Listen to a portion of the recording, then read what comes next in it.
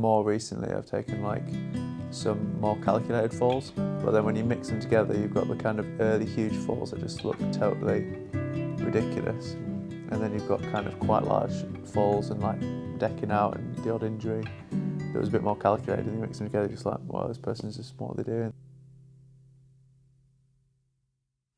Hi and welcome to a conversation with the notorious Franco Cookson. Franco, welcome. Cheers. Oh, good. Cheers. So today we wanted to speak to Franco because for his notoriety, as it were, he has established himself in the climbing community as a bit of a rebel, or crazy, as his girlfriend described him. So, how do you feel about those descriptions? Maybe they're a bit lazy. Yeah. Because I don't think. Yeah, I'm not really crazy. I don't think. No. I don't think so. And notorious. It depends what it means, doesn't it? Well, there's been a kind of few. I think a lot of it's probably around the forums, maybe UKC forum, and it's quite a long things like time that. ago though. That, yeah. Yeah. You've grown out of that. Well, like it's good being dramatic and kind of like winding people up and having a laugh, but yeah, I don't think it's wind it up and see what happens. Yeah, notorious is like quite big stuff, isn't it? Ultimately, like it's all notorious B.I.G. Yeah, quite piddly little endeavours. Yeah. Well, let's take it back to the kind of beginning of your journey. How did you start out in climbing? Where did it start, and where did you go from there? How did you get into climbing? So I suppose the way I got into climbing was pretty kind of messy. So it was like a combination of living in the North York Moors, so growing up there, and just having friends who also just the same age, just getting out and just exploring and going out like camping as you do, and hanging out in the woods, climbing trees, like having chickens, that kind of stuff you do in the countryside. Yeah. Helping out farmers and stuff and whatever. And then there's loads of rocks around, so you'd be like climbing quarries, trees, rocks, whatever. How old was that, roughly? Like where? Early teens, I suppose, Okay. or a lot like and younger. Yeah. And then was never really aware of. I mean, you were kind of aware that climbing was like maybe a thing, but it wasn't really a thing that like you would do. Right. It was all kind of like, so we're from like the north of the North York Moors, which is like kind of quite farmery, kind of ramshackled Yorkshire. It's not like twee or like the walls are falling over and the farms are really ugly, and like there's kind of a red brick house next to a stone house, and it's all just like, it's not really like it's not like your picture of like in front of the Yorkshire tea box with like rolling dales. So it was all kind of that environment, and then there was like maybe like the odd person who climbed a little bit or had climbed in the past and had some like really old gear. Okay. And then we used to get to train to school 20 miles to school in Whitby every day, and like this older kid had done like a bit of climbing called Luke, so like eventually he was like, oh, I'll take you climbing. So I went with his mum, who had some old gear, and we kind of went climbing, but like it was all a bit of a disaster. Like the first time, like my harness fell off. It was like, and then I remember Luke getting really rad with his mum because she hadn't put the harness on because she kind of forgot how to do it because I'd really been climbing for a while. So it was all kind of just like complete chaos. Right. And then as we did more, we kind of went out west into like the Cleveland area, which is kind of getting towards the northeast, towards like Gisborne and Middlesbrough. Okay. And then there was like actual established people who went climbing. There was the Cleveland Mountaineering Club. Okay. And then they were really, really old school. So it was, this was only in like the noughties and whatever, but they were kind of climbing. I suppose their heyday had been kind of like the 80s and 90s, maybe the 70s. Some of them are. So had they established the routes in the area, or established some routes? Some of them had, yeah. But it was all in that western area. So like the whole focus of the moors was in the west. There were slightly bigger cliffs there, and they were just kind of more conventional, a bit more like the crags that you get in the rest of Yorkshire or in the Peak District or in the lakes. Whereas when we started like properly climbing and getting into it, we found that actually in the central moors there was loads of stuff to develop. That had never been touched, or that mountaineering club The hadn't odd- been the interested odd in, bit- or Yeah, the odd bit had been in the 80s and stuff. There was a few people who come over and do the odd thing, but you're talking about like 2, 3, 4 crags, whereas when we started developing stuff, we found there was like 50 crags. right? So there was like, it was just like a complete playground to do. And a lot of it was really small. Some of it was only 4, 6, 8 metres. And then we went onto the coast where there was pretty much nothing. And we found like 4 or 5 really good crags that, you know, some of them were like 200 roots and like 14 metres high. Okay. So that was really cool. So when you say we, what does that we look like? Who's the we? So initially it was me and my pal Dave, who lived, we'd known each other since we were like 4 years old in our village. And then there was always like other people in the periphery. It was like, there was five kids in our class, in our year group at school. It was like a really small primary school. And like 2 of them were kind of like, one was a gamekeeper's son, and one was a farmer, and they just kind of like disappeared. So there was only really 3 of us. Okay. And then the odd other one around, so there wasn't really very many people about, but some of them would come up for a bit and then kind of sack it off, and then there was the odd person from like somewhere else. But it was basically just me and Dave, and then later on a couple of younger kids came through as well. So there was like my pal Sam from like Southern Moors, and my friend Matt from Redcar, which is more like into Cleveland. So then there ended up being like the 4 of us developing stuff. And then some older people from like Hull came along as well. So in terms of gear and developing that, or your rack, what? Yeah, so it was like hand-me-downs. My dad was great because he was always like a very keen walker. I'd go to the Lake District with him, but he was always be walking. We did a little bit of scrambling. He very briefly tried a little bit of climbing once we'd got into it, but wasn't really for him. But we'd get like, so he'd maybe buy us, I think he bought us some ropes eventually or something, but we'd kind of get stuff from like army surplus stores. There was one in Guidebook called Bookshees, and the odd pair of hand-me-down shoes from our like pal in Danby. But it was really cool. It was exciting. Like you used to be able to get the train to Middlesbrough if you were a kid for like £1 on a Saturday. So you'd go through and get like a little singular nut from Neverspot for like £5.50. And each week, because I had a paper round, so you get like a tenner for your paper round, you get like 1 nut. The next week, get another nut. Like, yes, size 6 next week. Psyched. And then, just loads of stuff, just fun. And then we used to get them, when we were about 15, 16, we'd go to the lakes, kind of hitch a lift over with someone, and then just got solo all the easy routes to like find gear that people had got stuck. Crag swag. Yeah, I'll go after winter when like everyone had dropped their stuff in the snow and then find other stuff.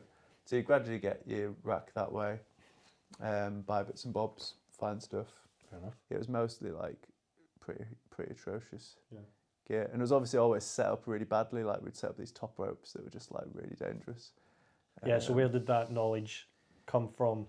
Well, Eventually, or develop? Or how did you? Like, have you got? I think fortunately there's like quite a lot of redundancy in climbing, so you do stuff that was really dangerous, but you're only maybe 7 meters off the ground anyway. So Still a big fall. Yeah, fortunately it never went wrong, and then you do something like, oh right, that's pretty dangerous.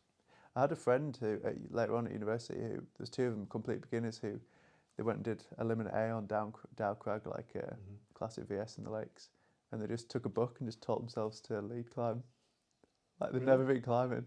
They just went and were just reading this book like, all right, so you need to do this now. I think that was quite impressive. But no, we didn't even have books, I don't think. Not on instructing you how to climb. I think we just did it very slowly and just a lot. And we did a lot of soloing. So anything was, you were basically soloing the whole time, and then if you had a bit of a rope, you're like, oh, well, that's a bonus, because you're not totally soloing.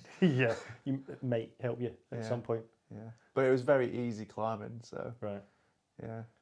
So where then, just jumping forward a little bit, where then do you get the skill to put all these anchors in, and like when you're climbing the series E9 type stuff, is that just been trial and error? Well, yeah, I can't even really remember. Like, just you're talking from like age 13 to age like 19s or 18. So like, and we're just doing it all the time. So like, eventually you build learn up the what skill things set. are, and then we must have met people who gave us pointers. And then we met when I was about, how old I've been, 15, 16. We met my friend Ian Jackson, who was, I suppose he showed us quite a lot of stuff from his probably. I don't really remember, but I'd imagine he'd have been like, that placement's terrible. Yeah. Yeah. I'll just sort that out for you. Type thing. Yeah. This is how to do it.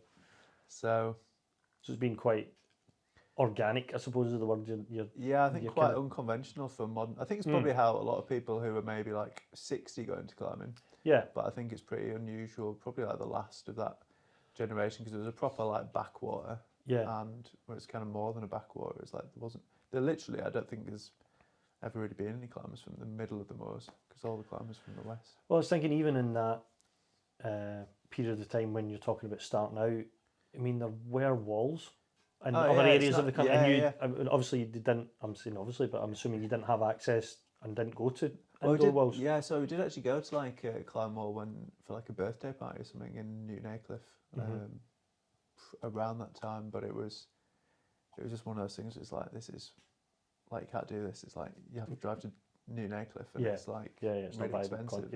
It's a bit like, I really always wanted to kind of go canoeing, like subconsciously, but I never even think of being like, oh, I'm going to go canoeing, because how do you do that? You didn't know anyone who canoed. Where do you buy a canoe? With what money? Like so. I think probably some people would say that about climbing. Yeah, exactly. Well, yeah, but it was, I suppose, like the fact that there was climbing, you can just do it with nothing.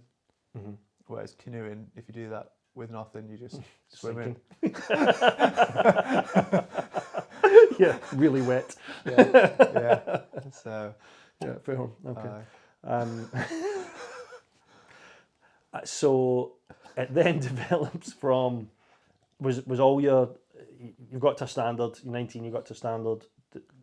Has it all been in the North York Moors then? Is that? No, I went to university when I was 18. Right. I mean, I was still really terrible even like then. It was a lot better than I had been, but I was still like appalling. So I had a really bad fall when I was like 19. All right. Fell like 20 metres and hit the floor. How much damage did you do? I was pretty much all right. I hit a ledge fortunately on the way down, and I broke my coccyx, but it was pretty extreme fall. I was going to make a joke like that'll be a pain in the arse. I'm sure that's it was like really painful. Yeah, I bet it was. Sit down, but it wasn't too bad. Yeah, it didn't put you off, obviously. Did it stop you for any period apart from recovery? I went climbing like the next day. So right, okay, so it didn't stop you at all. Okay, no, not like dangerous stuff, but yeah, no, I suppose it did stop me doing anything like pokey for like a year or two. Right, because of maybe yeah. So you've gone to, it was Manchester, you said earlier we were talking, and so where I was climbing there, Lakes Peak. Well, yeah, I didn't learn to drive till I was quite old, so Manchester was a pretty rubbish time, really. It was pretty boring. It was hard to get anywhere, and did you feel you missed climbing? Was it like a loss? I did go climbing, but it was like, or the extent of it. And you're there over the winter, right? So it was kind of just, it was a bit of an annoyance, really. Didn't really. Yeah, it prevented some climbing. But I suppose I've always tried to go and like I didn't want to just like give everything up and go climbing, because you can't really do that in the UK as a trail climber. So I've always tried to like have a backup plan, like so what was the backup plan? Be a teacher or okay, so that kind of thing. So you'd have at least something a degree and which, from talking to you earlier, you do that now. It supplements your climbing, sort of time wise and financially, I would assume. To be able to go and do as much climbing as you do. I don't think maybe you don't need that, but I don't know. I don't know. I think it's there's no right answer. There's no right answer. It's whatever's right for that person. There's a lot of climbers that do it, and that's what they do full time. I think. I think having that. I think Andy Kirkpatrick, the alpinist, he said that he felt he should have had a trade to be able to fit it in between that, and so having something is probably good in the long I think run. it makes it less stressful. Yeah. And also, like, if you've got like a lot of the hardest routes I've done have been when I've had like a full-time job, because you kind of know you're gonna get sick pay and stuff, or like, so there's times in my life where I've been like dependent on being able to route set or do whatever kind of climbing related. So all your eggs are in one basket. So if you like knock yourself, you're like, you're right, pretty screwed. No income. No. Yeah, because even it's, like, I mean, even something minor, like could put you out. So having that. Yeah, I think it's probably, I assume, I'm not in that position, but I would assume that a lot of climbers are in that bracket where if they did themselves a mischief, then they may not have any income maybe from. But yeah, that's be something interesting to see a survey. Yeah, Of like what put it out, people put do. it. Okay, so after you've climbed up to university, you've maybe not climbed as much as you would have liked to. What then what happens when you've come out of university? What happened then? I went to the Alps actually. Yeah. I've had a series of disastrous times in different places really. So we had a disastrous time in Scotland and I had a few Alpine seasons, maybe like 4 or 5 or maybe a bit more. And then Luke,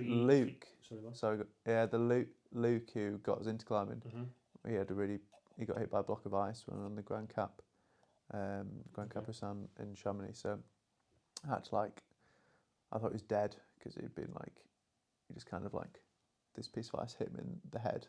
He was he'd abseiled down first off the top, and then we'd done everything right, feeling really good, like freed this quite hard route, and we're like feeling like, yeah, we've got this dialed. And then first abseil down, and he gets to the end of the rope, and then just gets hit by this block of ice falling off, and then he just swings across totally limp from his waist. With his helmet split in half and just make all this blood pouring out of his head. Right. So I was like, oh god, this is pretty serious. And then got down to him and then he was kind of came around a bit. So I was like, oh right. But then when it's quite a serious steepish face.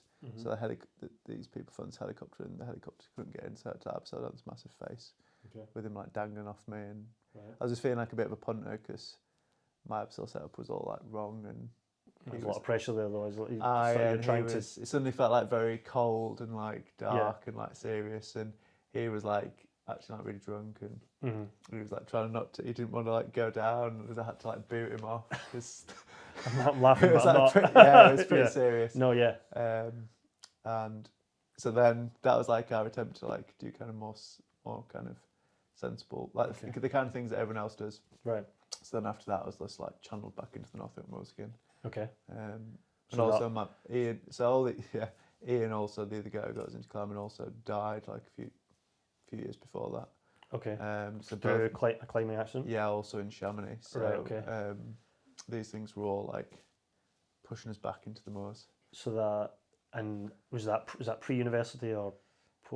So Ian died just before university, right. and then that accident was towards the end of university, I think. Okay. So around that time, alpinism was, or alpine and just climbing climbing other places. Then you went back into the moors, and everything's spongy and felt friendly, and all the rocks are small, and you're just well, let's just try really hard on these things, and even the things that were quite dangerous, you're well, this just feels friendly, and you kind of got that. Maybe kind of trick yourself. Comfort zone, but obviously hard climbing in a comfortable place. Yeah. Okay. And so alpine type climbing's just never been. You've never done that again, or is it on your radar? Little bits, but more kind of. I kind of pick my routes more carefully, kind of smaller. Generally, rather than trying to do 1,000 meters, you do 300 meters, and trying to not do things with too much ice or serious glacial approaches. But I'm probably going to do more of that kind of stuff in the future. Yeah. But Scottish winter? Done little bits. Yeah. Yeah. Keen to do some of that. There's too many. That's what's great about climbing. There's so many different kinds of climbing. Yeah, definitely. Yeah, without a doubt. So you've left university. Where were you back to North Yorkshire Moors after that? Yeah, I went and lived in Germany for a bit because I did a German degree. Okay. And then moved back. Was there any climbing in Germany? Yeah, bits and bobs. Yeah, it was good. Yeah. I lived in Austria during my year abroad as well, right. in university.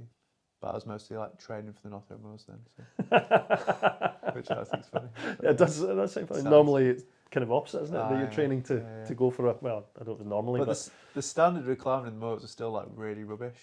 right. So it's only really been in the last few years that we've kind of done routes that have been like quite a lot harder. Okay. But then I did kind of do some things that were like technically a bit harder, and then people started to come from other areas, which was kind of when people started trying to like actually came and noticed, I'm like, oh, right, some of these routes are actually quite good. Even if they weren't like the living end, the main thing is that like this area had like good climbing, Right. and like. And previously that hadn't been the. But Or hadn't been it had recognised. good climbing. It didn't have like good hard climbing, and the central and eastern moors hadn't been recognised as a proper climbing destination. Okay. I think there was always this kind of assumption that if people are doing new stuff, it must just be a bit kind of scraping the barrel. Right. Okay. So how many routes do you think you and your crew have opened up? I don't know. No. Quite a lot, I'd have thought. Right. I mean, probably loads, but like actual good ones. Right. Okay. Quite a few, but not like, I don't know. Enough that would bring. Yeah. Or, I'd say the most important thing is that like, Sev said, how many like proper good routes have we done? We've probably done as many as were already there. Right. So like, that's really good because you basically like doubled the areas off.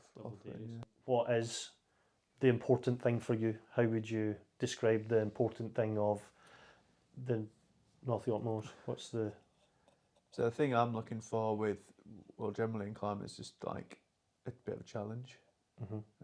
So the main reason we did new routes is because we did the hardest stuff there, and then if you want to do harder stuff, you had to do new routes. Yeah. Because it wasn't there.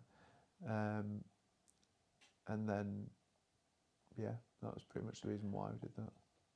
And when you go elsewhere, whether it be lakes, the peak, whether it be Scotland, what is that what you're looking for when you go there? Yeah. So there's a lot of stuff that so if I do like steep things or things on like sloping holds, like loads of styles of climbing that I'm quite bad at, I'll get a challenge from loads of different kinds of stuff. But increasingly, I'm more interested in going and trying to repeat routes in those other areas, whereas previously I haven't really been that bothered about doing that. But yeah, I'm always still looking for that challenge. But I think elsewhere there are challenges. There are things that are pretty difficult. So have you worked on projects elsewhere other than North York Moors? What, like new routes? Well, new routes or existing ones that you felt were up to the challenge or up to your level of challenge? Yeah, there's loads of new routes all over the shop. And there's loads of, I'd say, I think like there's like E10s, E11s, E9s, like all over the shop, and a lot of them I've like I'm pretty close to doing, I think, or like can imagine myself doing. So kind of got stuff like I've got like one or two little projects, like one down in Cornwall, one in Shropshire, one in the Peak, one in Glen Nevis, like. And is that for the weather chasing you were talking about? Yeah. So I just like sit here in the northeast, and then I'll just look where the weather's good, and then just go there. Right. Which is a great way of climbing, because then you're just always climbing in good weather, pretty much. But invariably you end up in the moors, because that's where the weather, like annoyingly, the best weather's in the east coast. Yeah. Like because of the range. The weather system, yeah. So, and you developed a guidebook for the area, is that right? Yeah. So, and that has all your sort of teams. It has everything, yeah, pretty much. It's slightly selective, and it hasn't included like just some real dross. Right. But it's pretty much definitive, so it's got everything in. The bouldering, like I'm really happy with the routes. The bouldering, it does like the main area as well. But I'm not the greatest fan of bouldering in the North York Moors. So there's some good stuff, but my basic test was like, if someone travelled from 2 hours away and came here, would they think, oh, this is worthwhile, or would they just be like, what the hell is this? Okay. So there was a lot of, particularly the bouldering, but also some of the routes, which was just like, this is just dross. But bouldering isn't your focus, is it really? Or is it? No, it's not. I do enjoy it. But I think it's quite good really to be a guidebook writer for doing something that you're not like totally obsessed by, because then you can be like objectively like the things I enjoy doing, very good boulder problems or amazing boulder problems, and I can enjoy some boulder problems that are like all right, but I don't enjoy doing like a one move lie down start on a bit of dry stone wall. Okay. Yeah. Fair enough. Yeah. Fair enough. But so for example, Northumberland, Yeah. the bouldering there is like really, really good, and some of the bouldering in the North York Moors is as good as that. But then the North York Moors excels in like the high balling and like short routes, which where Northumberland kind of falls down sometimes, particularly with the higher grades, because the rock's sandy and the gear's unreliable, whereas the North York Moor sandstone's like that little bit kind of harder. Okay. So it's a bit more reliable. Whereas climbing Northumberland can quite often be like really, really scary, because the rock, the cement of it's just like, it's not as well cemented, so it's just like you're on this like skrittle, and then your gear like invariably you can place like what you think is good gear and it just like explodes. Yeah. So it's pretty. Which when you're taking a large fall, and you see that, or even a short fall. I mean, I've fallen it makes like that fall larger. 2 meters onto gear I thought was alright, and like 4 bits of gear will all blow out when you hit the floor. It's like not great. Yeah. No, definitely not. Yeah. And well, on falls, I suppose you're kind of known. Is known the right word? But maybe that's where the notoriety comes from. That you're kind of known for taking. I'd say that's fair. Yeah. Reasonable size falls. Yeah. So I've taken like early on in my career, I suppose I took some quite big falls, and my friends actually took some even larger falls. Okay. And then more recently, I've taken like some more calculated falls. But then when you mix them together, you've got the kind of early huge falls that just look totally ridiculous, and then you've got kind of quite large falls and like decking out and the odd injury that was a bit more calculated, and you mix them together, just like, well, this person's just, what are they doing? They're just like taking all these ridiculous whippers, and then thrown into that mix, I think I'm quite good at falling off. Like, I'm quite a bad skier, but I used to like went skiing a couple of times, and like I was always like amazing at crashing. Like I could just like straight line it. So if only there was an Olympic sport for it. Yeah, going like really fast, and then I just love crashing, because you just like you just be going. I don't know how fast you'd be going. We got speed gun once, and I can't remember what the speed was, but I was definitely going way faster than that, and the speed gun was like pretty fast. Right. And yeah, you can just go. Wiping out. Yeah, you can just go really fast. Yeah. And then because we've spent like since we were kids falling out of trees and stuff, I think it does affect like your bone density and stuff, and like your learned fall and like all this kind of stuff, and flexibility. So all these things. Suppose like with anything, it's a skill. Yeah, it is a skill. Like I always say this, but it's just like I'm way better at falling off than climbing, and then that allows you, even if you've got like moderate ability with climbing, or you find like one little niche of climbing like that you can excel at. So for me, like doing small crimps on like a vertical wall, you only need like a couple of moves that are like pretty hard, that like other people find hard as well. And then if the fall to you is like less bad than someone else, then because it's all subjective. So then you're like, oh right, well the pyramid of people who can actually do this is like, well, there's next to no one who can do it. So I suppose it's management of fear with a bit of ability. Yeah, but you don't really. I mean, I'm quite. You're not scared. If you're not scared of it, So that's why I was. It's probably not management of fear. It's perception of fear. Yeah. But with ability and there's probably more to it than that. But if you're able I don't to fully understand it either. Like you can sit here and kind of. Do you want to understand it? Well, I mean, it's helpful to understand some of it, isn't it? But yeah, no, you don't really need to, do you? No. But most of the climbers, like really good trad climbers, of which I'm not one, like someone like Dave McLeod, will like their approach to it is just they have to like rationalise it all and kind of like think, right, I'm not going to fall off here, and like I know going to the Cooks, knowing they're going to do it, And then, I mean, they must have known him a bit. And then there's just this clown rocks up. He's just like, hey! Just so like, Do you think that's where the notoriety of other notorious and comes maybe. from? I mean, yeah. Well, I think it's pretty. Talk about come away from the climbing for the moment and talk about the UKC forum. Like, what is your perception? Or back in the day? That was a long time ago. Yes, I mean, so the long time ago. Where did that? Was that just a young guy having a bit of crack, wanting to wind somebody up just for the laugh? Yeah. I mean, I don't even. There was a lot of people winding each other up. I don't know. Yeah. I don't know why you got the. No, it really wasn't. I mean, I did deliberately wind people up sometimes. Do you remember one? No, not really. Nothing I of remember significance? just being like, I mean, some of it like wasn't a wind up because I remember this one thing where people were talking about like how you couldn't do. I can't remember why people couldn't climb harder than whatever grade it was, and I was just like E9 or something. I was like, well, I just don't get it because there are people who are like really good boulderers. So surely if you can boulder like that hard, you can boulder like a little bit less hard in a really bold setting, and that would create this like really hard route. And that's kind of what I've done anyway. Yeah. So that wasn't really trolling. That was like, and then people were like, no, you don't get it. And then I was like, so now I'm like, well you don't really get it. Like you can do that. You can just as long as you're willing to fall off. Yeah, as long as you're prepared to do it and have and are good at landing. Yeah. And practice it. Yeah. So, would it be fair to say you made a bit of a name of yourself on there, or do you think it's? I don't think this is the case. I'm just thinking. Only in a very small like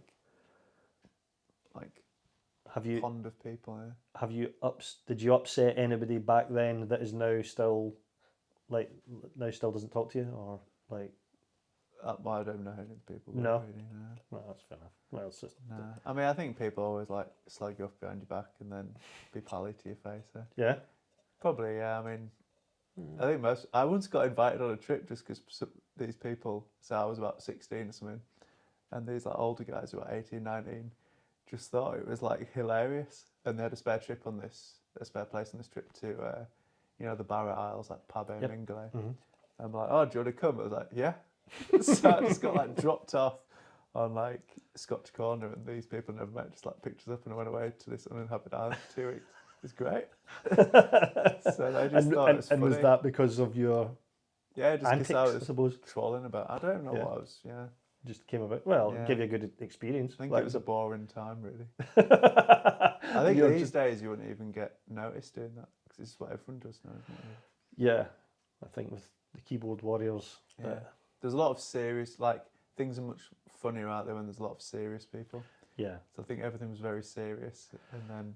I think, and I'm probably speaking out of turn, but I think the climbing community of the older sort of climbing community were a lot very defensive of their heritage.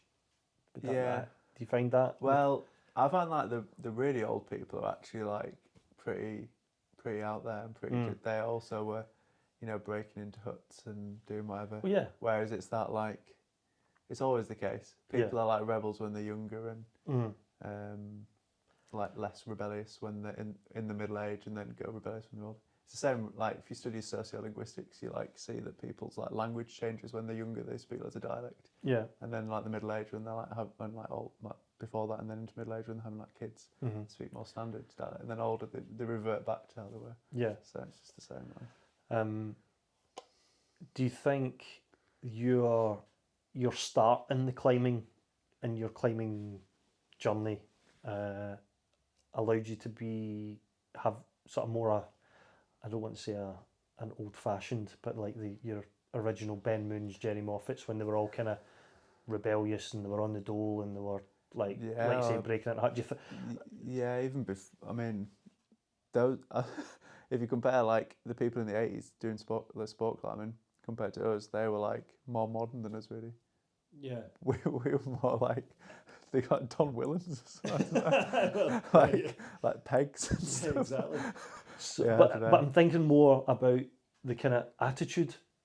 Yeah. Like, because I think now you've got sort of sport climbers born and bred on in the wall, indoor, whereas you were you developed in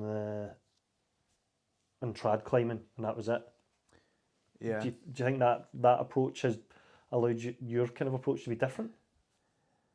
Yeah, I mean, we weren't like that. We weren't really like anarchistic. Really, we were just like, yeah, I don't know. We were pretty respectful to people at the CMC when we were younger, anyway. But yeah, we definitely like a genuinely sport climbing. I genuinely didn't know, and I got into some trouble once because this person showed me like Raven Tour in the Peak. I didn't know what sport climbing was, and there was all this gear, and we were like, there's all these quick draws hanging off of routes. It's like, I'm going to go there tomorrow and get them all. So I was like, vent. And I went there, and then the next day I went there, it was like, in hindsight, maybe like the day I went there was like Friday, and the next day was like a Saturday, like a weekend. It was really busy. And there's those people that I was like, oh, hang on.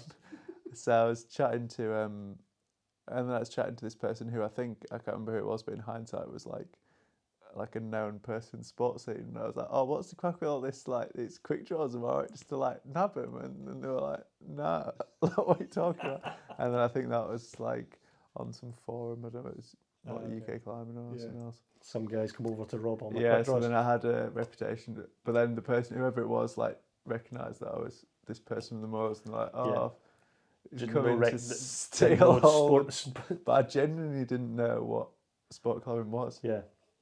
Which I just think people didn't, because it wasn't that long ago. I was 16, so it was like 2016 or something, or 2018, and then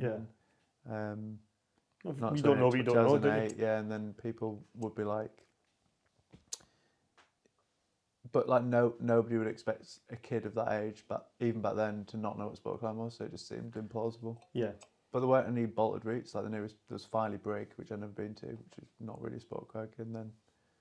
Yeah, so you'd gone over there just to see what I the don't know crack when I was. first went sport climbing was. It's probably in the Alps, actually. Yeah. So you've robbed people's quick draws from and then you've gained a reputation on UKC. You've developed North York Moors with your team. Yeah, I've like two people. Yeah. What happened next? What was your big break, do you think? I don't really know. No? I don't think there was really a big break. I mean, this film Al's done's been pretty good. I think even till the last couple of years, it was always just like, I think films are just good at it for actually showing like something from someone's point of view, and like kind of showing how it is. And I think he did capture Al's film. So Al's film, obviously focused around the route on the, focused around a couple of routes, focused around one route. Sort of covered the other routes, but before then you were recording your own stuff anyway and putting it out there, weren't you? Well, I didn't put it out there. I just kind of recorded it. Yeah, I kind of always had this idea of, so it's this really, it's a classic climbing film, Hard Grit, about things in the Peak District. So we were always going to make this film called Hard Sand, about sandstone climbing in the North Moors. So we'd recorded stuff. We got this like alright camera, and we're recording things, and we're just kind of thinking like a bit like the Guidebook. It took me like 10 years to write the Guidebook, or more than. And we were recording all this stuff, like, we're going to do Hard Sand, and it was just kind of like a joke, and like one day we'd do it. But then Alastair Lee came along and made his film Fall Theory, and that incorporated some of it, obviously very small like snippets, but kind of showed in those snippets, it was more than enough to kind of show the whole story of how things happened. So it probably wasn't until then. I mean, I suppose basically it was when, the thing people always want to know, if you're putting up like an E9 in the North York Moors, people want to know like, is this person totally deluded? Does the route even exist? Does the person even exist? Because there have been examples of just like complete fantasists doing things. And if you operate at... Yeah, so in Scotland there was this guy who was putting up all these really hard boulder problems, and then it transpired that he like just couldn't climb any of them. And he just like, he was finding all these amazing boulders, but some of them were really easy and some of them were really hard. Right. And then there's been like doubts about other famous climbers who it turned out like, oh, has anyone actually seen him climb out? And then they're like, oh no. So I think people are always a bit reticent about that. So then I suppose it was when known climbers would come and repeat things. So in 2013, I did a route called Cyclical sequence, which I gave E9 or E10. And then a Lake District guy called Dave Burke, who was a very well-known climber, came over and repeated it. Found a bit of gear on it, so made it a little bit easy, but it was still like, oh, it's still Tech 7A. So I suppose that gave us like a bit of like support that like, like he's not just doing like E5s and saying the E9s. Yeah. And then Tom Randall came and did some new routes. Right. And then was trying the route that I then did. And then he was like, oh, that is like quite hard and stuff. So it's like, but it's my own fault. I mean, people was like, oh, why don't you go to the peak and just repeat? You know, if you're doing E9, you can easily go and do some like E8s in the peak or something. And you're like, well, I don't really want to.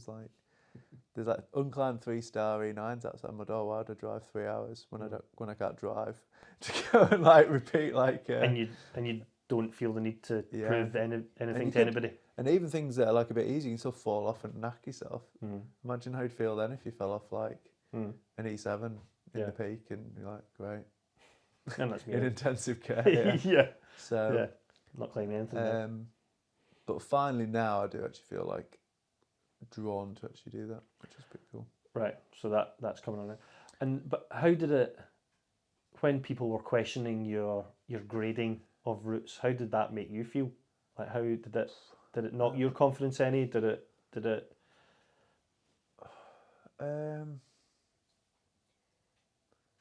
did you feel attacked? Was it a... Well, it's different. I don't know. I think I probably felt lots of different things at different times. Like, it's a really hard one to answer that. Like, I felt a bit like, why don't you just come and try the routes? Like, rather than spending all this time like discussing it, like you're not that far away. You could just come and just top rope and you'd see that they're like fairly hard. And then obviously I had like doubts, like, oh, maybe I'm just talking shit. But then I'd try something else and be like, I'd go to other areas or whatever and try stuff. Like, oh yeah, that's way easier than that. Right. So you can validate yourself a little bit. And then I suppose like that's when having pals in the area who had climbed elsewhere and stuff was useful, because they were like, oh no, that is relatively hard. And then sometimes I was kind of, you know, you'd be kind of thinking, is it that grade? And then you'd maybe kind of give it the higher grade just to kind of drum up a bit of attention to see, like, actually, it doesn't really matter if it's that grade or that grade. Still a good climb. Yeah. Well, I mean, I think it's quite a common thing if you give, so say you don't know if something's E7, E8, if you give it E7 and you think it's probably E8, then it'll probably like disappear into obscurity, because an E7 climber will come along and not be able to do it, and an E8 climber will come along and be like, oh, that's a bit pokey, I'm not going to do that, and then it'll never be doing it. The same thing happens in the peak. Whereas if you give it E8, suddenly like it's had 15 ascents, and people are like, it's probably actually E7, but still a great route. Yeah. So giving things that, as long as you're not giving something like E9 when it's E7 or E6, that's like, that's all right. But and we're pretty conservative, really. Like, we did the E6s in the area, and then we established our own kind of E7s, and then kind of slowly, just very slowly and gradually. And it's just maths, isn't it? It's just like, well, that's an E6. This has got the same climbing as the E6, but if you fall off on the E6, you fall like 2 meters, whereas if you fall off that, you're going to like die. Well, obviously that's not just a grade hard, is it? So it's pretty obvious. And you're like, just wasn't. So then Ali comes along and says, I want to make some film. Make a film of you falling off. Yeah, well, first of all, I was going to make a film with Nick Brown, and he came up loads, and it wasn't really very clear whether we were filming about me or whether it was just like about climbing in the northeast in general. I do a lot of filming in Northumberland and the North York. But then it was my fault, I just didn't climb anything. So he came out and filmed loads, he stayed here, but we didn't actually do anything. Okay. Why was So, that? Just because most of the time I go out, I don't do anything. Okay. Like top rope stuff and shunt stuff, but sort of self-belay stuff. Mm-hmm. Not shunt, shouldn't use a shunt, No, self-belay. no. Gotta get that in. To be honest, I've actually stopped using a shunt, but anyway, that's a different story. Yeah, I use something else now, self-belay. But yeah, you'd go out and do stuff, but I only kind of lead a route like once a year, once every 2 years. I can go 3 years without leading a route. Really? Yeah, because I just try one thing for like 2 years. So, Okay. So yeah, he didn't get anything. And then he was like really chilled, but he's like, no, I just want to do whatever you're doing, which I took a bit too literally because I was like, all right, then we'll go do this. And then we'll do now.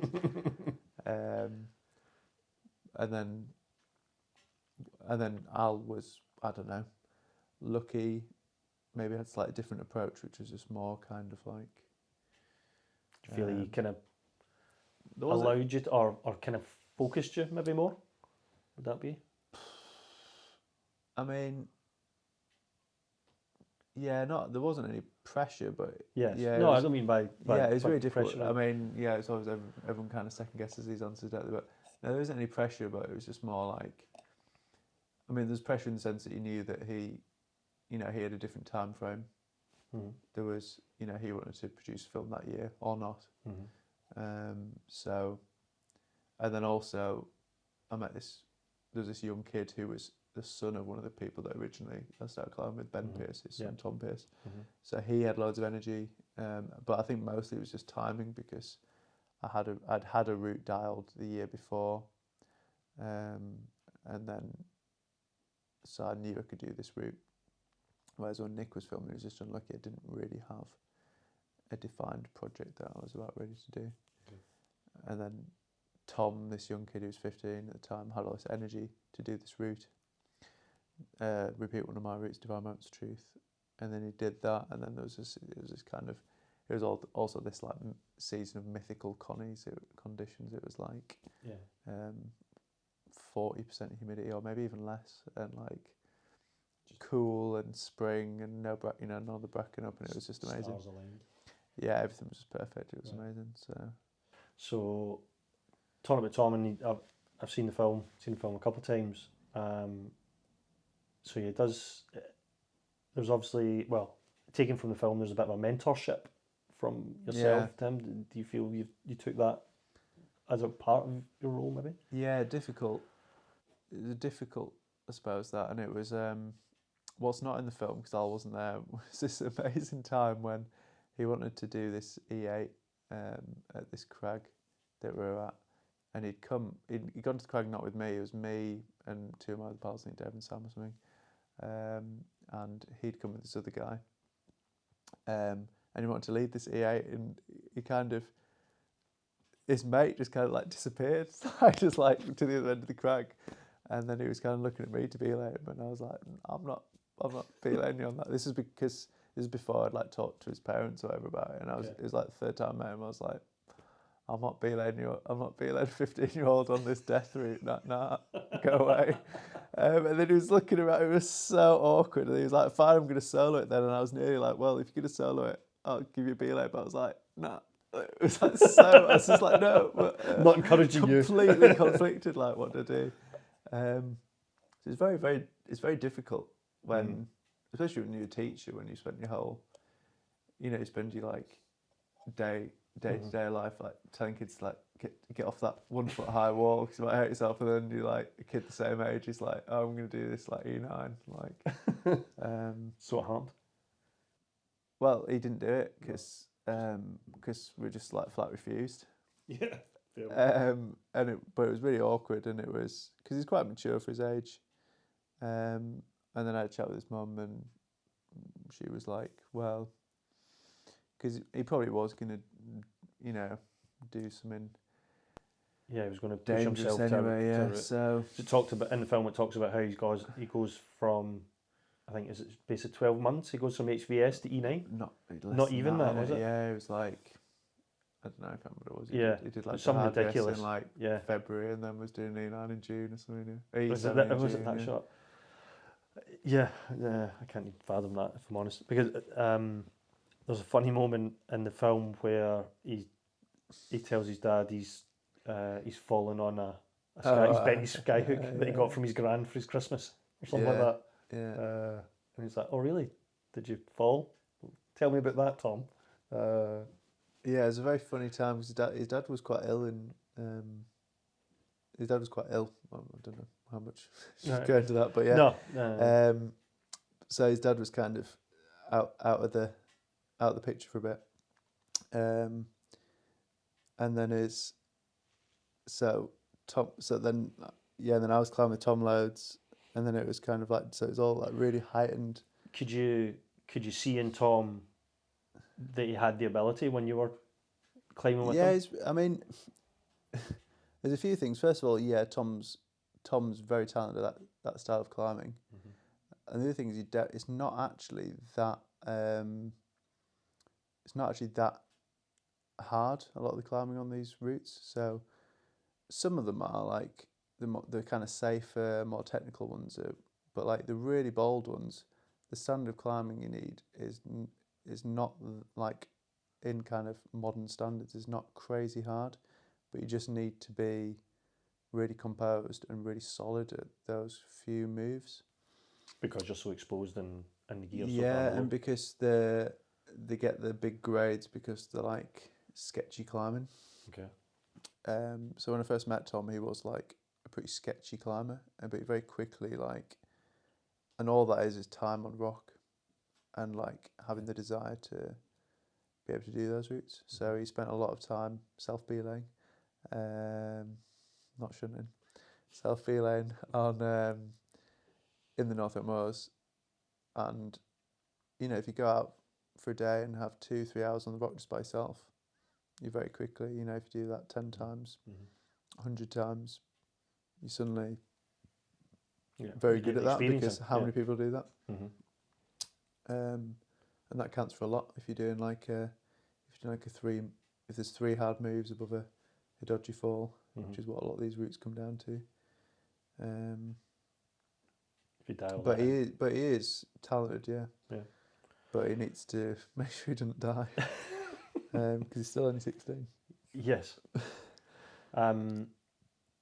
So at 16, what were you climbing at 16? A lot less hard than that. Can't remember, like E2 or something. Right. E3. That's what I keep saying to him. I'm like, you're already miles ahead of the game. Just like go sport climbing for a bit. Yeah. Take time. Just take it in. Yeah. So the film kind of culminates, or kind of comes in and out of a route that you were working on the coast. Talk about that. Yes. So it's a direct finish to an E8. It's only a few moves long. The moves are pretty hard, pretty like sketchy, lungy. When I first upside down the wall, it was kind of like, I mean the actual rock's probably only about 8 to 10 meters long. But you climb off this ledge, and the ground's really steep, and it just goes right down to the sea. So it's like pretty exposed for how short it is. The rocks gets like red sandstone, which is like quite soft and quite dodgy generally. And it's just a direct finish, so it's like, it's an independent line, it's good, but it's not like, it's not like the most amazing line ever. Okay. So from my point of view, it was pretty clear that it was going to be like next level route. It was going to be hard and really dangerous. So the first thing I actually had to decide is like whether I really wanted to do it, because it was good, but it wasn't like amazing. If you're having this like experience on a route, if you're doing something that's like really rad, you kind of want it to be like a proper king line. And that was like, I mean, you could argue it's a 3-star line, but it wasn't like the best line ever. It wasn't like, I'd done this other route called Nothing Less that was like really, really, really like proud of it. So it wasn't anything quite like that. So yeah, that was kind of a bit of, so I tried it for years, and I was like, well, it doesn't, I'm completely uncommitted, you think, because you know, you've just got a stake at the top. It's like 5-minute walk in. You can drive down there, have a session on it, and like, oh right, yeah, like these holds feel very. When I first started trying it, I'd have like 2 or 3 goes, maybe even like first go, and it just like split your tip, so you just get like instantly your fingers bleeding. And you're like, wow, it's a pretty sharp hold. I don't know whether the holds got a bit more rounded off or whether. I was going to ask about the sandstone. Did you feel any change in the route? No, the odd hold broke. There was, so the hold you get to after the crux. I mean, it's for the North York Moors. Generally, the North York Moors is like really good rock. This bit was like in a fresh-ish kind of landslide, so it was like softer rock. And then the hold you got to after the crux was like this jug that actually like fully wobbled. But the BMC were giving out this glue at the time to stabilise mostly Northumberland sandstone. Okay.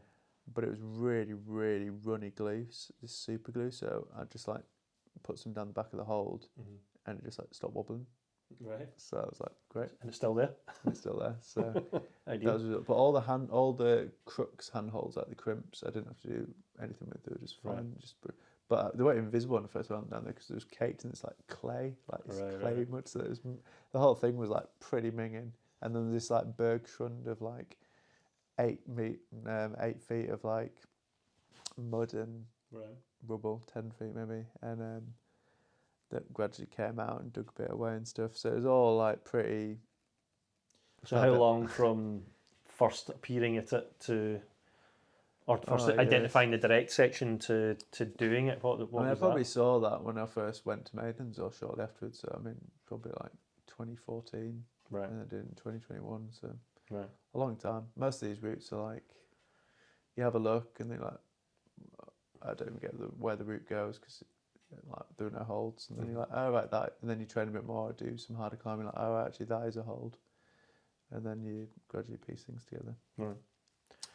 So the other thing that kind of stands out in the film is the improvised protection. Yeah.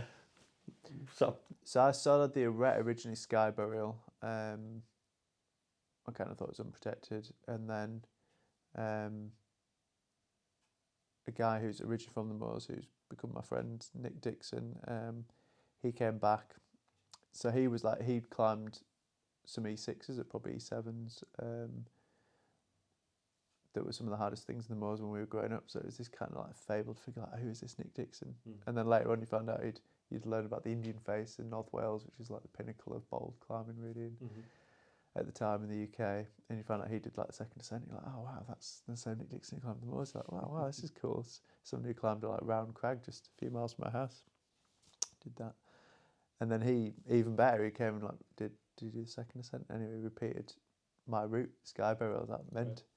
And he was like kind of glowing about it and really really friendly and nice about it.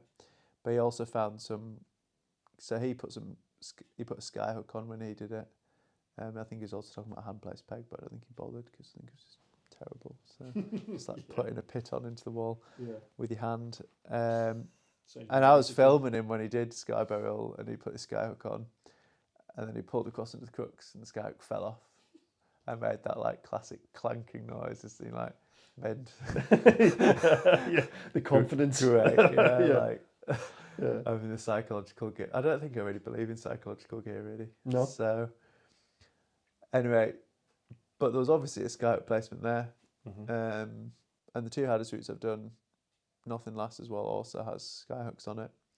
But I fell off on that, and the sky hooks ripped off. But slowed me down quite a lot. Well, for anybody that doesn't know about skyhooks, they're not really designed for trad. No, not it's designed. It's an aid climbing type. Yeah, so you're supposed to weight them very slightly. So you put them on an edge, and then you stand on them, and then you put another one on higher up, and then you stand, and you gradually use them like a kind of poor quality ladder. Yes, exactly, poor quality ladder. But as soon as you get any kind of acceleration onto them, the amount of force you create is way more. Yeah. And then they tend to bend or snap the rock. If it's on granite, might be a bit better, but they're still only rated to 2 kilonewtons, which is about 200 kilos of force. No, they just ping off anyway, just with the force. Yeah, and they do just bend under, even on your own. If you put it on an edge and then sit on it, you can see it just like starting to bend, bend open. But on Immortal, the route at Maidens Bluff, it is in the North York Moors.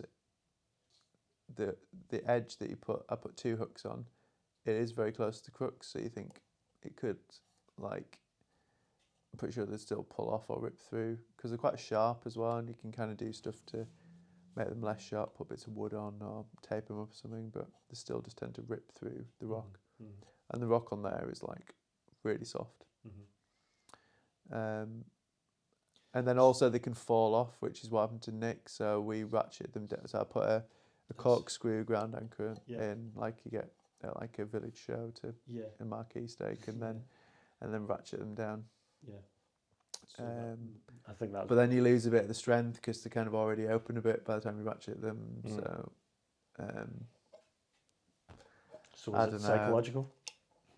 You see, No, believe in psychological gear, or was it? No, well, no, I don't think it's psychological. I think it would slow you down. If you fell off there with nothing, you'd just definitely be absolutely knackered. Whereas if you fall off with, like, same with nothing last, if you were bouldering that and you fell off, you'd be, you'd be knackered. So, whereas the sky hooks, I fell off and landed on my back and I was all right. So, right. So maybe probably the same with Immortal. Very similar fall, really. You're falling less far onto them, but you're kind of higher up, and the moves are harder on Immortal. So, okay. For film purposes, it looks very like dramatic. Whoa, yes. Yeah. Yeah. I was originally thinking of selling it, but I was just for ages just like, I don't know whether I'm even going to do this. Well, looking at again watching the film, it took you a bit to. Yeah, so I went there. It's rare that I'd set out to do a route, and then not do it. Right. So I got there and I was like, right, I'm going to do it, and I was like, no, I'm not going to do it. Just get it back down. Yeah. But I think that second go was always really. So nothing last. I fell off, and then the next day I left all my stuff at the crag, hidden in a cave. Went home, walked up in a t-shirt the next day in the sun, just feeling really light, and it was quite a big walk in. And then the next day went, and then you've kind of got your high point banked. Yeah. So that mentally, everything up to that point, all you have to focus on is the performance up to that point, because it's you know you can do it. And then once you get above that bit, you just have to fight that a little bit more. And even though I climbed it nothing last, I climbed it less well. I don't know. There's just something there when you mentally, from a performance point of view, it's easier. And then with Immortal, it was slightly different because with Nothing Last, it was more like a liberating, just like, I want to do this. Whereas with Immortal, I was quite annoyed with myself that a few days previous I'd like backed off it. So I was like, I'm just going to commit, and there was kind of no doubt. Yeah. I don't think in my mind that I was going to commit to it. And then that's like a pretty amazing experience, like committing to this thing you're not sure you can do. I mean, maybe you could say it's completely pointless. But, yeah. But for yourself and for your own, to invest that time in it, and to get it done must be a feel. Well, let's talk about let's mention the noises. I don't know how your reaction to topping out your route. Right, yeah, it was quite. Immortal. Yeah. Yeah, I mean the uncut version would be. That was the cut version. That was. Yeah. I don't know how long that lasted. Yeah, I would like to see it actually. Yeah. Or not. Yeah, it was. There was definitely ecstatic would be one way to describe it. Yeah. I'm not sure what else to say about it. Yeah, it was pretty good. Yeah. And then Tom and Anna Clark were at the bottom, and their comments were, I'd never want to belay anything like that again. No. How does that make you feel hearing that? Did it change anything? Belaying people's always terrifying. I don't want to be like Tom and anything. Well, true, yes, you mentioned that. Yeah. Yeah, I think it's pretty. I mean, yeah, I couldn't do anything harder than that in the Moors anyway, I don't think. I'm not sure so in the end, what was the grade? For anybody that doesn't know, what was the grade that you gave that? Immortal, I gave E11 7B. Right. Which is a kind of laughable grade. Maybe Okay. that's trolling. Yeah. No trolls yet, no? No, not really. I mean, yeah, these things are all just punts. The 7B bit particularly is just like, I mean, there's no agreement on what's 7A and what's 7B. It's 7B just because I'd been on quite a lot of 7A that year, and it's just way harder than like any of the routes that have got 7A. And then the E11 bit, I thought about maybe even grading it harder or easier. Yeah. But it's one of those. It's such a fine line because you could fall off and the hooks could hold. I don't think they would, but they could do. And then it's like E10 probably, or maybe it's still E11 because the next time they might not hold. So there's a lot of things with that route which are just real unknowns. You've got like snappy rock, you've got hooks, you could fall off, the hooks could all rip out and you could be fine still. You could bounce and be alright. Tom reckoned because Tom's got a similar approach to like landing on stuff. He was like, oh, maybe you'd be alright. I was like, yeah, maybe you would. But if you weighed 12 stone and you were like a really good sport climber and you were a bit rigid and really strong and you fell off, you could be absolutely crippled. So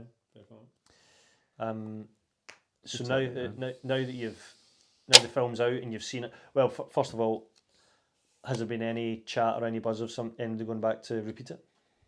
No, not really. No, I didn't grade it for like 8 months or something. Got put anything up about it because partly so Al's film would be more of a surprise, so people could like go and because climbing films you always kind of know the person climbs it.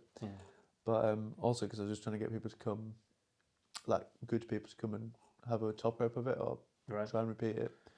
But some people kind of had a bit of a look, but couldn't really give much of an opinion on it. So that'd be really good, yeah. But it's pretty esoteric. It's short, and it's the kind of climb that no one likes to do because it's like people don't really like really bold routes anymore. And you don't think? Or in your experience, you've been more experienced? No, people don't. I mean, people don't do. No. Yeah. What about what's the quote about death isn't fashionable anymore? I think that's a Nick Dixon quote. Nobody does death anymore. No, it's not good for Instagram. No. Or YouTube. So the film itself, as a whole, I think you hadn't seen it prior to it premiering. No.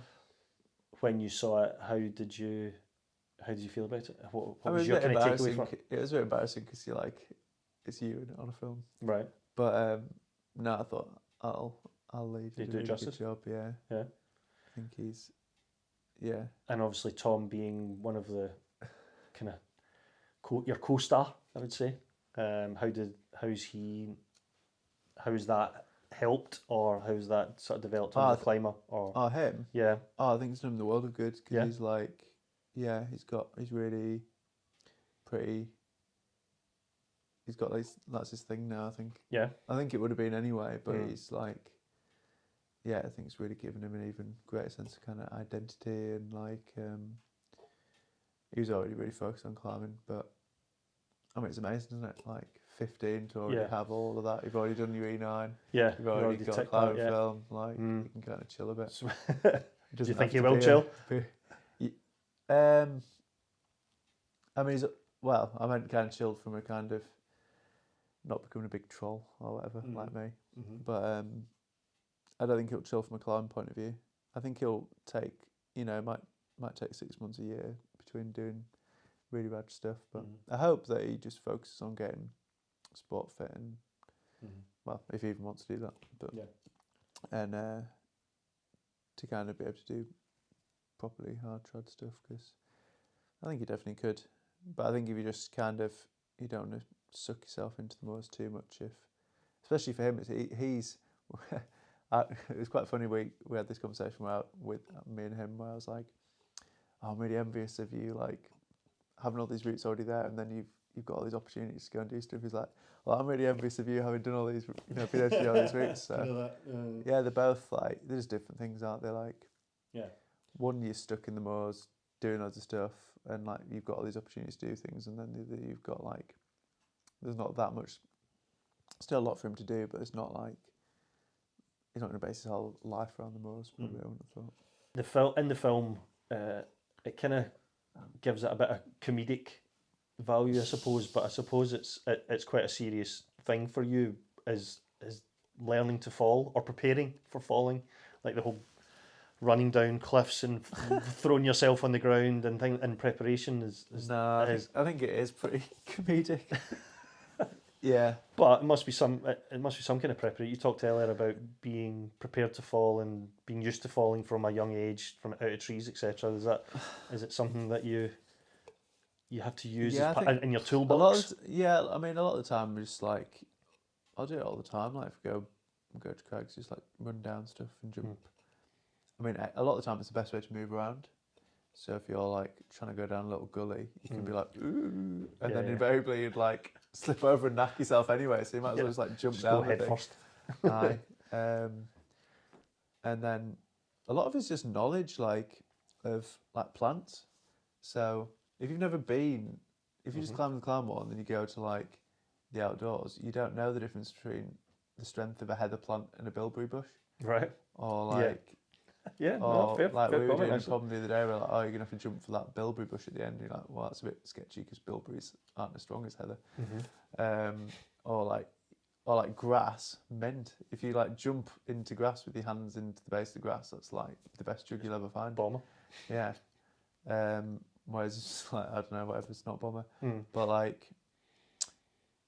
So yeah, I think I can't remember what we're talking about, but just falling. I think being preparing to land, I suppose, is the So I think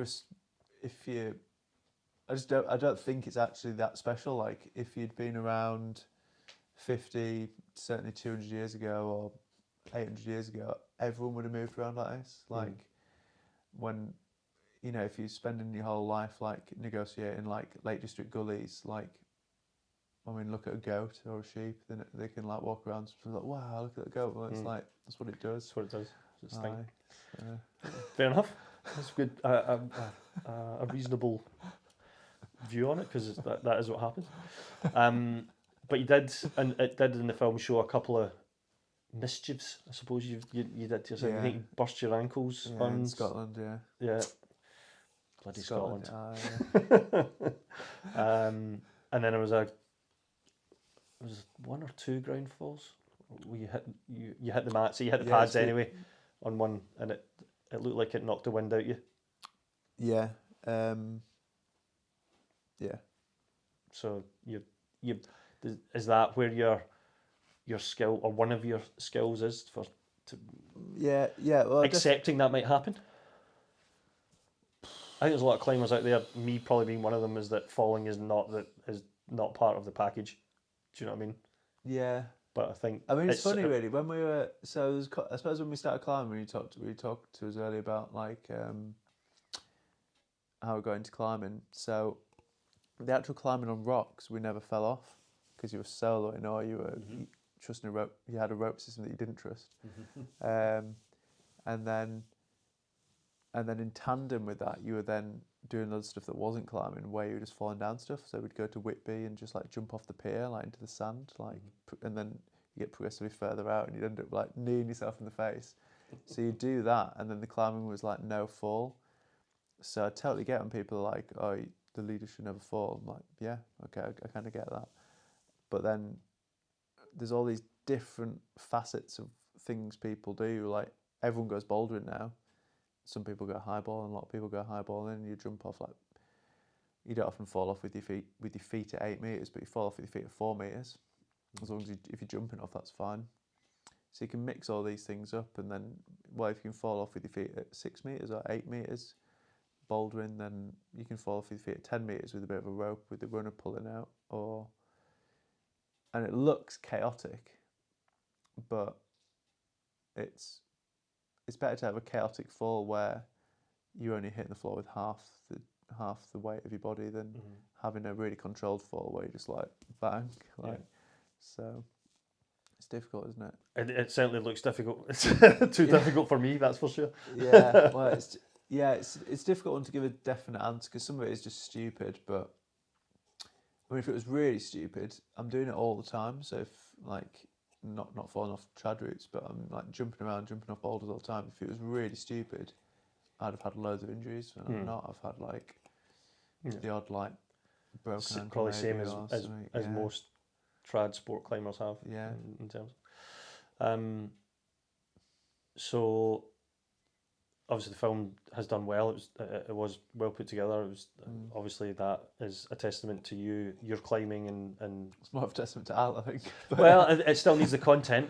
Aye, He's put it together well, but Yeah. it still needs you and Tom and all the bold routes that you did for it. So I know when at the Brit Rock Tour that I did in Glasgow, it was, and Edinburgh, it was like that was the favourite from talking to people. One guy I know actually commented that, and I think he hit the nail on the head, that it kind of or your style of climbing harked back to the climbing of old, if you like, like the kind of an older style approach to it, which was good to see, and it definitely shone through for me anyway, and probably a lot of other people. But it's interesting that, isn't it? Like the style of old. Well, what do you mean by that? Because I think what talked about or what sort of touched on earlier was with the kind of Jerry Moffat, Ben Moon type era of the younger climbers, and they were just all they were doing is climbing, and that it was it seemed to be a more not old fashioned's certainly not the word, but a more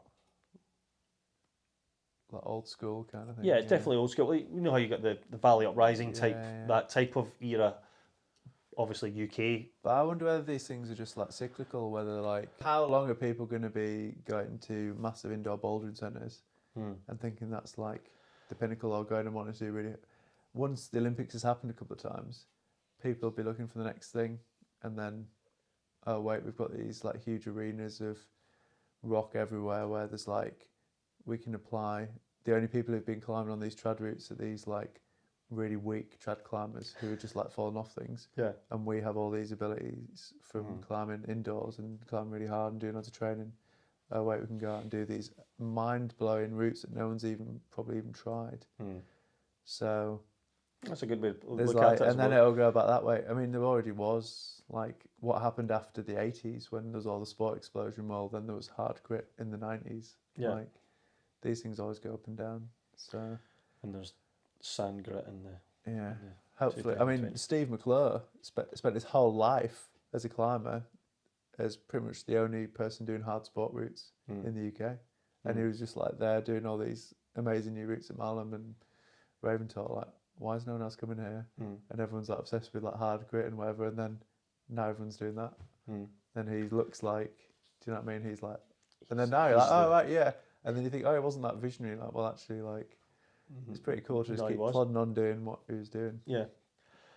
What do you think of the whipper he took on Neil Grisham's route? It was massive, wasn't it? Yeah. That was a fair drop. So, film's done, well received. Life's done. Life's done. That's it. You don't have to climb anymore. No. What does the future hold for Franco Cookson? There's more of the same, really. Repeat some routes. I want to do some. There actually is a harder route in the North Moors that's, but it's a bit safer. So it's probably not as big a grade, but it's like really hard. So I want to do that, and then I want to look at this. Maybe going to do a little trip. Okay. To South America. All right. To try and do a big new route. Any hints on giving in the way, or? Well, just like we're looking at maybe going to Cochmo, like a big granite area. It's like maybe like the Yosemite of South America. Right. A bit more grippy granite, I think. Right. So it'd be cool. Nice. So is that new routing or is that established? Yeah. So probably gonna hopefully try and do a new route. Yeah. Okay. And also there's an established route quite hard to repeat. But we're kind of quite. We don't know what we're doing with Big Wall and so see. Just see what, go and experience it and learn it. Yeah. Aye. So people can find you on Instagram, obviously. They can see you on Fall Theory, which is Al's film. Where can they get the guidebook? Is that still available? Guidebook, yeah. Just Google North York Moors Guide Right. climbing, and it's there. And yeah, there's still plenty more, I think, to come, is there? Yeah, I thought so. Yeah. And then there'll be someone else. Huh? Then there'll be someone else. Oh, there'll in always the be North someone York else. Moors, yeah. And it will never end. Cyclic Yeah. of climbers coming through the North Shore. Oh, everybody will come up now. Aye. That's it, sorted. Franco, it was good to catch up with you. It's taken a wee while, unfortunately, but yeah, but I'm glad we managed it. And thanks for your time.